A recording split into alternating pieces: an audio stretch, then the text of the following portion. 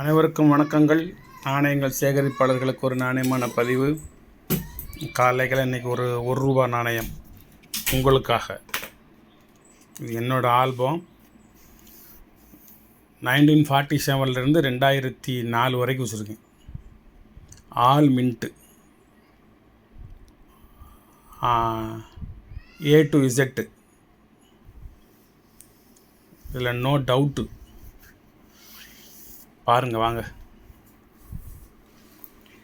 1947 லாகூர் மின்ட்டு.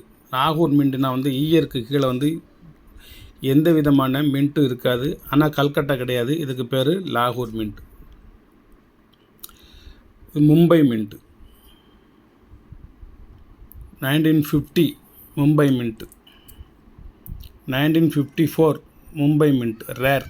7000 ரூபா ஒரு காயின் போன ரேட்டு கிடைக்க மாட்டுக்கு. 1962 கொல்கட்டா மின்ட் 1 மின்ட்டு தான்.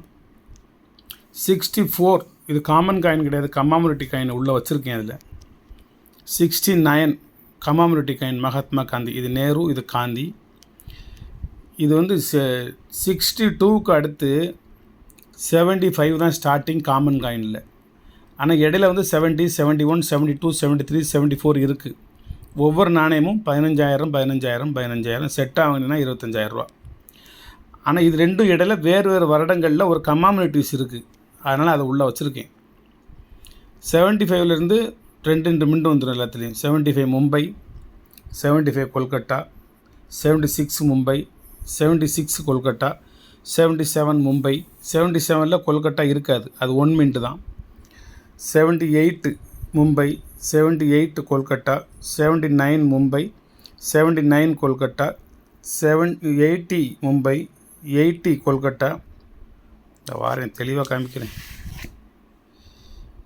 80 கொல்கட்டா, 81 மும்பை, 81 கொல்கட்டா, 82 ஒரு மின்ட்டு தான். ஏன்னா 2வது மின்ட்டு கிடையாது. 82ல் மும்பை மட்டும். அது கொஞ்சம் ஸ்கேர் காயின். அதுக்கப்புறம் 83ல் இதில் ஒரு மின்ட்டு இருக்காது உங்களுக்கு. 83ல் மும்பை, கொல்கட்டா, இன்னொன்று 3 மின்ட்டு தான். ஆனால் ஹைதராபாத்து இல்லை, அது கொஞ்சம் ரேட்டு அதிகம். அப்புறம் 84ல் ஹைதராபாத்து, அது ரேர் காயின். 84ல் மும்பை, 84ல் கொல்கட்டா, அதில் நொய்டா கிடையாது, என்ன தேட வேண்டாம். 1985ல் மும்பை, 85ல் கொல்கட்டா, 85ல் ஹீடன் ஃபாரின் மின்ட்டு, 85ல் லண்டன் ஃபாரின் மின்ட்டு. அதில் மொத்தம் 85லேயே ஹைதராபாத்து கிடையாது, தேட வேண்டாம். நீங்கள் நொய்டா கிடையாது, தேட வேண்டாம். Mumbai, Kolkata, Hayden, London 4 mint 4 coin வச்சுருக்கேன். அதில் 86ல் ஹைதராபாத்து. 86 ஹைதராபாத்லாம் இப்போ ஒரு காயின் 1500 ரூபா. ரேட்டு அதிகம் போயிட்டுருக்கு. மின்ட்டை பாருங்கள் எப்படி இருக்குன்னு.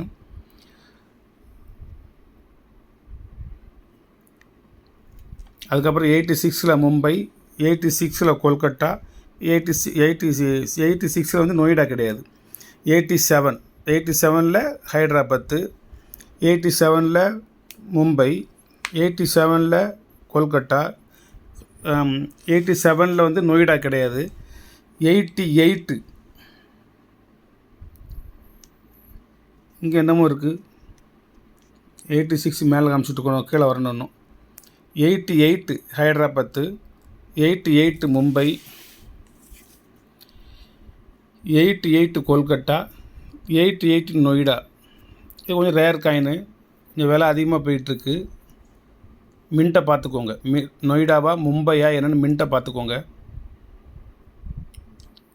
நம்மகிட்ட கரெக்டாக இருக்கணும், கரெக்டாக பேசணும், கரெக்டாக விற்கணும், கரெக்டாக வாங்கணும். அந்த கரெக்டுங்கிற வார்த்தை நமக்கு ரொம்ப பிடித்தமான ஒரு வார்த்தை. அதனால் நம்மகிட்ட அந்த ஸ்லாக்னஸ் இருக்காது. ஐயோ இதை வச்சுட்டனோ, ஐயோ அதை வச்சுட்டனோ அப்படின்னு. யானைக்கும் அடி சறுக்கும் என்பது பழமொழி. அப்படி இருந்தும் அடி சறுக்காமல் பார்த்துக்கிறதுல முழு முயற்சியில் தான் நான் இருக்கேன். நொய்டானா நொய்டா தான் வைப்பேன், ஹைதராபாத்னா ஹைதராபாத் தான் வைப்பேன். உண்மைனா உண்மை தான் சொல்லுவேன், பொய்னா பொய்னு தான் சொல்லுவேன். அதுக்கப்புறம் 89 ஹைதராபாத்து, 89 மும்பை, 89 கொல்கட்டா, 89 நொய்டா, 90 ஹைதராபாத், 90 மும்பை, 90 கொல்கட்டா, 90 நொய்டா ஸ்கேர் காயின், 91 ஹைதராபாத்து, 91 மும்பை, 91 கொல்கட்டா. இதில் நொய்டா இருந்ததுன்னா கொஞ்சம் ரேட் அதிகம். இதோட காப்பர் நிக்கல் காயின் முடிவடைந்து விட்டது. அதுக்கப்புறம் எஃப்எஸ்எஸ் ஃபெராட்ரிலிக் ஸ்டெயின்லெஸ் ஸ்டீல் அப்படின்னு சொல்லி எஃப்எஸ்எஸ் காயின். இது 92லேருந்து 2004 வரைக்கும் ஆல் மின்ட் இருக்கும். உங்களுக்கு இதில் நான் சொல்கிறது ஒன்று இது A to Zன்னு சொல்ல முடியாது. ஒரு இடையில ஒரு முக்கியமான விலை உயர்ந்த காரணம் இல்லாமல் இருக்குது இல்லை. அது 1983 ஹைதராபாத் இல்லை, 1991 நொய்டா இல்லை. அது வாங்குறது தான் வாங்கிடலாம். அவ்வளோ விலை கொடுத்தா இது நீங்கள் ஒரு 1 லட்ச ரூபா சொல்ல வேண்டி வரும். அதனால் அது கொஞ்சம் கம்மியாக சொல்லணுங்கிறதுனால தான் இதில் வச்சுருக்கேன்.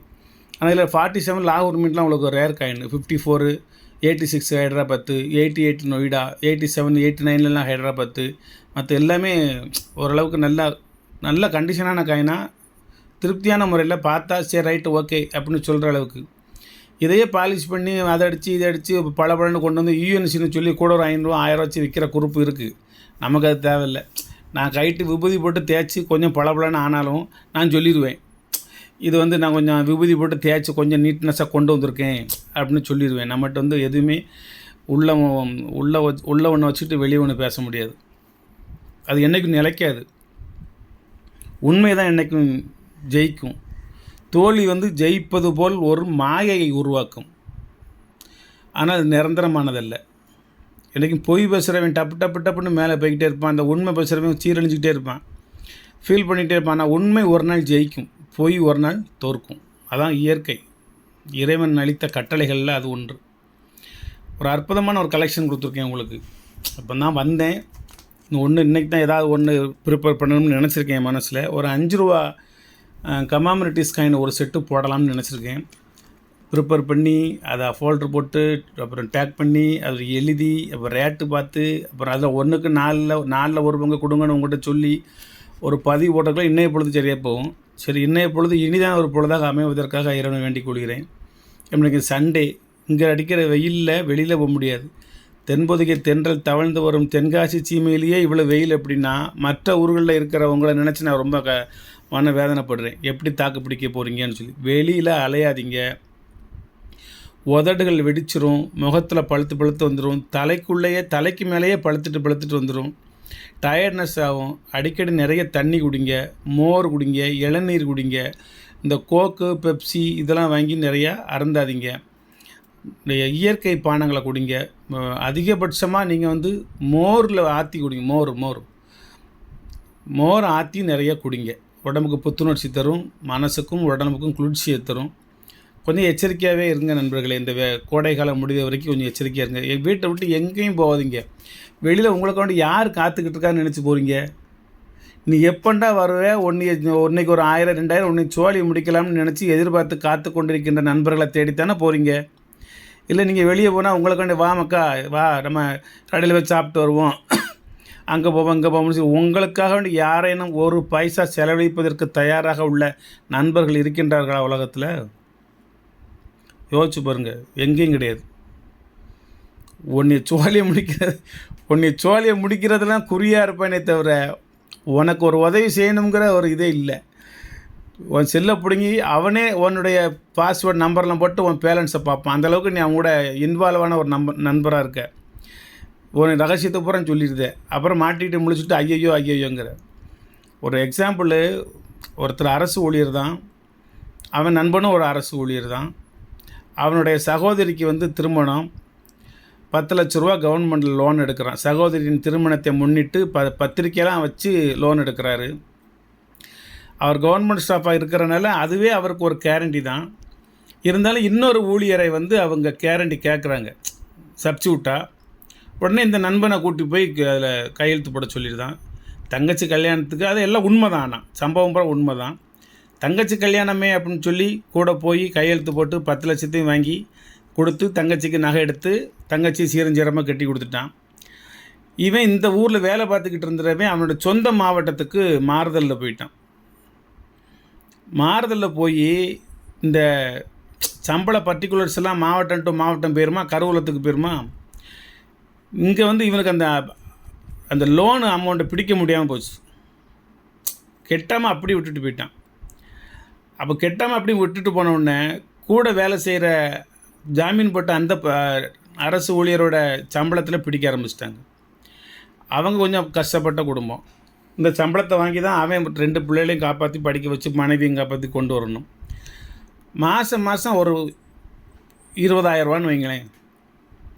20,000 பிடிக்கவும் இவன் குடும்பத்தில் பிரச்சனைகள் வருது. இவன் எவ்வளோ ஃபோன் போடுறான், அவன் ஃபோனை சுவிட்ச் ஆஃப் பண்ணி வச்சுருந்தான், இவன் நம்பரை பிளாக் பண்ணி வச்சுருந்தான், கான்டாக்டும் பண்ண முடியல. ஒவ்வொரு ட்ரிப்பும் நேரில் போய் கலந்து பேசையில் நேரில் பார்த்த உடனே இவன் மனசு மாறுது. என்னடா ஆச்சு, இப்படி பண்ணிட்டு வந்துட்ட போயிட்ட அப்படின்னு சொல்லி பேசுகிறாங்க. நான் கொடுத்துருந்தேன் நீ போமக்கா, நான் கொடுத்துருந்தேன் நான் கெட்டிருந்தேன் அப்படின்னு சொல்லுதானே தவிர கெட்டுறதுக்குரிய வாய்ப்புகள் இல்லை. இப்போ அவன்கிட்ட சண்டை ஓட்டு மல்லு கட்டுனா கெட்ட மாட்டோம்ட்டு போயிடுவான். சண்டையும் போட முடியாது. கெட்டுன்னு சொன்னால் கெட்டவும் மாட்டோம்ங்க. இப்போ அவனுக்காக வேண்டி இவர் ஒரு 6-7 வருஷமாக மாதம் 20,000 கட்டிக்கிட்டு இருக்காரு ஒரு நண்பனுக்காக வேண்டி. நண்பனின் சகோதரியின் திருமணத்திற்கு மனசு இறக்கப்பட்டு கையெழுத்து ஜாமீன் கையெழுத்து போட்ட குற்றத்திற்காக அவ்வளோ லட்ச ரூபாய் இவன் கட்டிக்கிட்டு வரான். அவங்ககிட்ட போய் சண்டையும் போட முடியல, பணத்தையும் வாங்க முடியல, மன உளைச்சல் இருக்கிறார். யாருக்கும் உதவி தேவைன்னா ஒரு 10,000 20,000 நீங்கள் கொடுங்க, திரும்பி வந்தால் ஏற்றுக்கோங்க, வரலன்னா விட்டுருங்க. ஆனால் வாரா கடனாகவே அதை கொடுங்க. தயவுசெய்து ஜாமீன் கையெழுத்து மட்டும் போட்டுறது, யாருக்காகவும் போட வேண்டாம். உங்களுக்காக வேண்டி உயிரை கொடுக்கக்கூடிய ஒரு உயிர் உங்களது தாரம் மட்டுமே. ஏன் வழக்கத்தை வச்சு சொல்கிறேன். இப்போ அதுவும் கூட இல்லைன்னு சொல்லலாம், தாரம் கூட இப்போ இல்லைன்னு சொல்லலாம். நான் கொஞ்சம் பழைய காலத்து ஆளாக இருக்கிறனால என் மனசில் உள்ளதை சொல்கிறேன். கணவனுக்கு மனைவியும் மனைவிக்கு கணவனும் ஒருத்தருக்கு ஒருத்தர் உடலை மட்டுமல்ல உயிரையும் கொடுத்து வாழக்கூடிய ஒரு ஜீவராசிகள் அப்படின்னு சொல்லி என் மனசில் ஒரு எண்ணம். அது உண்மையாக பொய்யான்னு தெரியல. மகனோ மகளோ பேரனோ பேத்தியோ யாரை நம்பியும் ஜாமீன் கையெழுத்து போட்டு நீங்கள் மாட்டிக்கிடாதீங்க. உங்களுக்கு தினசரி நான் என்னுடைய பதிவில் பூரா ஒவ்வொரு விழிப்புணர்வாக உங்களுக்கு சொல்லிக்கிட்டு இருக்கேன். ஆங்கிலத்தில் அவேர்னஸ் ஆஃப் லைஃப், வாழ்க்கையில் ஒரு எச்சரிக்கை மணி. வணக்கம். நானே வைக்கலையோ தெரியல, அது நான் உங்கள்கிட்ட என்னத்தையாக சொல்லிக்கிட்டே இருக்க வேண்டியிருக்கு. இது எஃப்எஸ்எஸ்க்கு நான் ஏற்கனவே உங்கள்கிட்ட இது ஃபுல்லாக சொன்னேன். எஃப்எஸ்எஸ் ரேட்டு போட்டிருப்பேன். அந்த காப்பர் நிக்கல் 91 வரைக்கும் ரேட்டு போடாமல் வச்சுருப்பேன். அதுக்கு அடுத்து ஃபுல்லாக எல்லாத்துலேயுமே வலைத்தளத்து ரேட்டு புக்கு ரேட்டையும் கம்பேர் பண்ணி அப்படியே எல்லாத்துலையும் போட்டிருப்பேன். 2004 வரைக்கும் ஆல் இயர் ஆல் மின்ட்டு, இதில் எதுவுமே இடையில வெரி ரேர் அப்படிங்கிறது கிடையாது. ஸ்கேர் ஐட்டம் இருக்குது, வெரி ரேரு, விலை உயர்ந்த நாணயங்கள் அப்படின்னு இதில் எதுவும் கிடையாது. விலையெல்லாம் குறைச்சே தருவேன். நான் ஒரு ரேட்டு சொல்லுவேன் உங்களுக்கு, சார் இது கொஞ்சம் ரேட்டு அதிகமாக இருக்குது, ஒரு 200-300 குறைச்சிக்கோங்க சார், அது எனக்கு ஒரு செட்டு கொடுங்க அப்படின்னு சொன்னால் நான் தந்துடுவேன். எல்லாமே என்னுடைய சொந்த உழைப்பில் கலெக்ட் பண்ண நாணயங்கள். எது ஒன்று இல்லையோ அதை மட்டும் யார்ட்டையும் விலைக்கு வாங்கி, அது கொஞ்சம் அதிகமான, நான் விற்கிற விலையை விட அதிகமான விலைக்கே வாங்கி இதில் வச்சுருவேன். அப்போ தான் நமக்கு மன திருப்தி, ஒரு ஆத்ம திருப்தி. அதை ஃபில் பண்ணணும், எதையுமே ஒரு முழுமை பெற வேண்டும் என்று நினைக்கக்கூடியவை. வணக்கம், வாழ்த்துக்கள். சப்ஸ்கிரைப் பண்ணுங்கள், ஷேர் பண்ணுங்கள், லைக் பண்ணுங்கள், கமெண்ட் பண்ணுங்கள். இதுலேயும் ஃபாரின் மின்ட்டு எல்லாமே இது A to Z கம்ப்ளீட் எல்லாமே வச்சுருக்கேன். 92லேருந்து 2004 வரைக்கும் கம்ப்ளீட் வச்சுருக்கேன். இதெல்லாம் ஒரு காயின் 250 ரூபா, அந்த ஸ்கேர் காயினெல்லாம். நீங்கள் இந்த 2004 காயினை மட்டும் இந்த ரூபாயை மட்டும் கொடுத்தாலே போதும், நான் அவ்வளோ மின்ட்டையும் உங்களுக்கு நான் ஃப்ரீயாகவே கொடுத்துருவேன். வணக்கம், வாழ்த்துக்கள். சப்ஸ்கிரைப் பண்ணுங்கள், ஷேர் பண்ணுங்கள், லைக் பண்ணுங்கள், கமெண்ட் பண்ணுங்கள், உங்களுடைய கருத்துக்களை தெரிவியுங்கள். இது ஒரு பிஸ்னஸ் சேனல் அல்ல, இது ஒரு நட்பு ரீதியாக ஒரு விழிப்புணர்வை கலந்து, மக்களோடு மக்களாக கலந்து, ஒரு உள்ளம் கவர் கல்வனாக உங்களது மனதை எல்லாம் கொள்ளையடிக்கக்கூடிய ஒரு எண்ணத்தோடு நல்ல நண்பர்களை இந்த ஜென்மத்தில் உருவாக்கிக்கிடணும். நமக்குன்னு ஒரு 4 பேர் எங்கிட்டேன்னு உண்மையான விசுவாசிகள் இருக்கணும் அப்படின்னு ஒரு நம்பிக்கையில் ஆரம்பித்து அதையே தொடர்ந்து நடத்திக்கிட்டு வரேன். அந்த விலை கொஞ்சம் ஏறிக்கலாம் இறங்கிக்கலாம், அதனால் 2 பேர் சந்தோஷப்பட்டுருக்கலாம், 2 பேர் வருத்தப்பட்டிருக்கலாம். சரி, அதுக்கு நான் பொறுப்பேற்க முடியாது. அது அன்றாட ஒவ்வொரு தினமும் உள்ள மனநிலை, சூழ்நிலை. அதே போல் சில பொருள் டிமாண்டாக வாங்கியிருப்பேன். எப்படி டிமாண்டாக வாங்கியிருப்பேன், கண்டிஷன் இருக்காது, அதை போய் அதிக விலை கொடுத்து வாங்கியிருப்பேன். இன்னொன்று நல்ல கண்டிஷனாக இருக்கும், விலை குறைச்சி வாங்கியிருப்பேன். அது எனக்கு கொடுக்குறவங்களுடைய மனநிலை, எனக்கு இருக்கிற டிமாண்டை பொறுத்து நான் வாங்குகின்ற ஒரு மனநிலை. சில சமயம் ஒரு 300 ரூபா பொருள் 500 ரூபான்னு வாங்கிடுவேன், கண்டிஷனே இருக்காது. சில சமயம் அந்த 500 ரூபாய்க்கு வாங்கிய பொருள் ஒருத்தர் 250 ரூபாய்க்கு கொடுப்பான், சூப்பர் கண்டிஷனாக இருக்கும்போது. நண்பர்கள் அப்படிலாம் இருக்காங்க. சரி, அதை பற்றி ஒன்றும் நமக்கு வேணும்னா வாங்க போகிறோம், வேங்கல்னா விட போகிறோம். நன்றி, வணக்கம், வாழ்த்துக்கள்.